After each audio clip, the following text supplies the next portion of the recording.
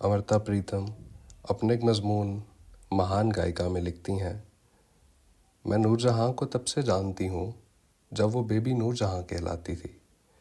उस ज़माने में मैं रेडियो स्टेशन लाहौर पर गीत संगीत के रूप स्वरूप के साथ साथ शायरी की किताबों का तारुफ और तबसरा पेश किया करती थी। हमारा घर गुमटी बाज़ार में था। रेडियो जाने के लिए टांगे पर सवार होती या रेडियो की गाड़ी लेने के लिए आ जाती। हमारे घर से बड़ी सड़क तक जाने के लिए हीरा मंडी से होकर जाना पड़ता था। ये हीरा मंडी का वो इलाका था जहाँ रेडियो पर गाने बजाने वाली आबाद थीं। रेडियो की गाड़ी ने रास्ते में दूसरी फनकारों को भी लेना होता था। उन्हीं दिनों मेरी जान पहचान नूरजहाँ, जीनत बेगम, शमशाद बेगम, उमराउज़िया बेगम, मलका पुखराज और मुनव्वर सुल्ताना जैसी नामवर गाने वालियों से हुई।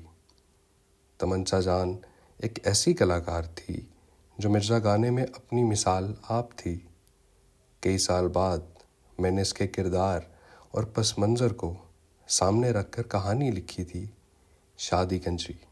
ऐसी सुरीली और गुनी थी सब की सब कि आज सोचो तो हैरत होती है। नूरजहाँ ने कसूर के एक ऐसे घराने में जन्म लिया जिनका नाच गाने से ताल्लुक़ था। 7 साल की उम्र में वो लाहौर आ गई और अपनी बड़ी बहन ईदन बाई के साथ नाचने गाने का काम शुरू किया। वो थिएटर के अरूज का ज़माना था। 1931 में पहली बोलती फिल्म आलम आरा बनी। बाद में कलकत्ता में बनने वाली फिल्मों में ईदन बाई और नूरजहाँ ने काम किया। इन दिनों नूरजहाँ बहुत कम सिन थी। उसने कलकत्ते में बनने वाली फिल्म हीर सयाल में चाइल्ड स्टार की हैसियत से हीर के बचपन का रोल किया। 1937 में दलसुख पंचोली ने लाहौर में माल रोड पर नहर के पार एक ऐनक बनाने के कारखाने को नगार खाने में तब्दील किया और इसका नाम पंचोली आर्ट स्टूडियो रखा। पंचोली पिक्चर्स की तरफ से पहली पंजाबी फिल्म गुल बकौली बनाई। इसके लखारी थिएटर के मशहूर शायर और अदीब वली साहब थे। मास्टर गुलाम हैदर थिएटर में हारमोनियम बजाया करते थे।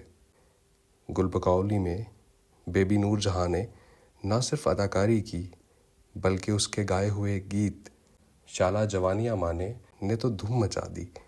इस कदर सुरीली और रसीली आवाज़ सब हैरान रह गए।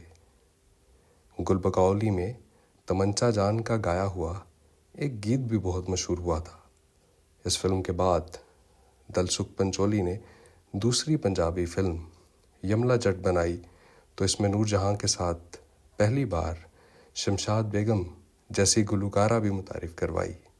नूरजहाँ और शमशाद के गाए हुए गीत बहुत मशहूर हुए।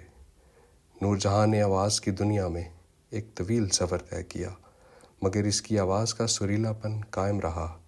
वो बहुत अच्छा गाती थी।